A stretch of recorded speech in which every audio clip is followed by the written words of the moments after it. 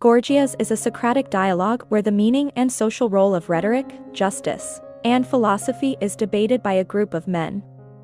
As were all Socratic dialogues, Gorgias was written by Plato. Anecdotes and many questions of his famous teacher Socrates. Gorgias is finishing a speech.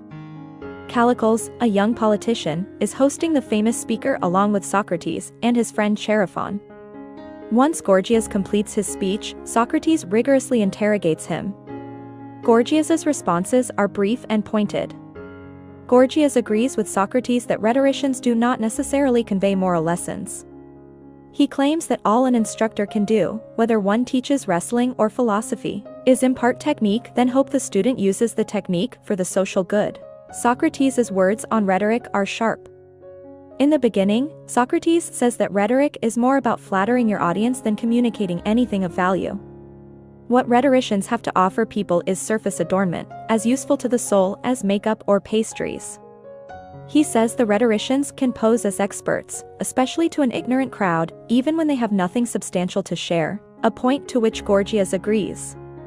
Socrates asserts that rhetoricians and tyrants are one and the same, they are guided by what suit them best. He also makes the initially odd claim that they are really not happy unless they meet justice, often in the form of rebuke or punishment. Polus, another man seated at the table who has been quiet up to this point, laughs. Socrates then proves why this is the case. It hurts more to inflict evil rather than be of a pure mind and be the victim of evil.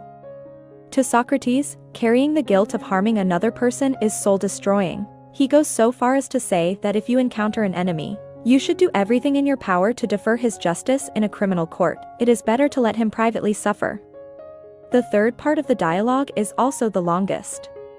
It is primarily between Socrates and Callicles. They devote themselves exclusively to their respective fields, Socrates to philosophy and Callicles to politics. Callicles loves the city he has, while Socrates loves the pursuit of what he cannot hope to attain in full, knowledge. Callicles posits that suffering is actually just suffering, it has no redeeming quality and should be avoided. He differentiates between man-made laws and the state of nature. Unlike Gorgias and Polus, he is not as intimidated by Socrates, and makes the ad hominem comment that old men, i.e., Socrates, should not banter at a table of young men, it is not attractive. Surprisingly, Socrates thanks him for his candor. Socrates echoes what he said toward Gorgias, he enjoys being refuted and shown where his thinking is, perhaps so wrong. Callicles continues that according to nature, a stronger being has the right to take from a weaker being. He claims only the weak men want man-made laws. Socrates counters by insisting that nature itself says that to do injustice is against the state of nature, and will only inflict pain on the doer of evil. Callicles does not know how to continue the dialogue, both of their points seem valid, so he tells Socrates to question and answer himself until they gain some clarity on the matter. Socrates agrees, but only if Callicles and all of his guests will interrupt him should they feel anything he says to be false. In the following rhetorical monologue, Socrates maintains that a man who does harm to another mostly does harm to himself. Socrates says that a real politician does what is good for the state, not what the crowd immediately wants to hear. He adds that if he ever is brought to trial, as Callicles half-jokingly suggested earlier he should be, he would be helpless before a prosecutor who would flatter the jury and, regardless of his actual actions, paint him as a criminal. Socrates says that the only thing he can control is the goodness of his soul.